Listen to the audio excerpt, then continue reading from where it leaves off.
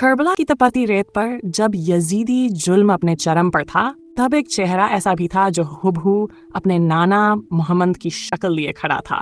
وہ تھے امام حسین کے جگر کا ٹکڑا شہداء علی اکبر۔ جب امام حسین نے ایک کے بعد ایک اپنے ساتھیوں اور بھائیوں کو قربان ہوتے دیکھا تو انہوں نے اپنی نظریں اس نوجوان پر ڈالی جو ان کی امیدوں کی روشنی تھا۔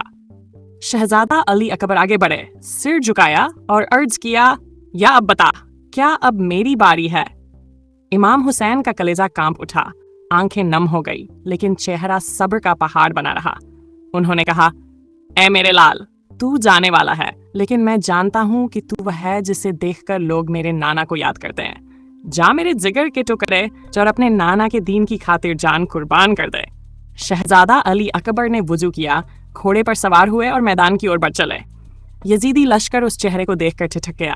کچھ نے تو کہا، ایسا لگتا ہے جیسے خود محمد صلی اللہ علیہ وسلم میدان میں اتر آئے ہوں۔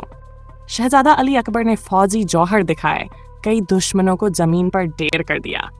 ان کی آواز، ان کا لہجہ، ان کی تلوار کا چلنا، سب میں نبی کی جھلک تھی، لیکن یزیدیوں کو یہ روشنی چبھ رہی تھی۔ تب ایک مکار دشمن نے پیچھے سے وار کیا۔ شہزادہ کا کلیجہ چھلنی ہو گیا، خون ابلنے لگا، آنکھیں بند ہونے لگیں اور لرزتی آواز میں پکارا، یا اب بتا، الوداع۔ امام حسین دوڑ پڑے، ریت پر گھٹنوں کے بل چکے۔ جب بیٹے کا چہرہ دیکھا تو جیسے کربلا کی ریت بھی سسک پڑی۔ انہوں نے کہا، اے میرے علی اکبر، تو گیا لیکن تو نے حسین کو سر اٹھا کر جینے کی وجہ دے دی۔ شہزادہ علی اکبر کی شہادت کوئی معمولی گھٹنا نہیں تھی، یہ محبت، وفاداری اور دین پر استقامت کا وہ چرم تھا جو رہتی دنیا تک مثال رہے گا۔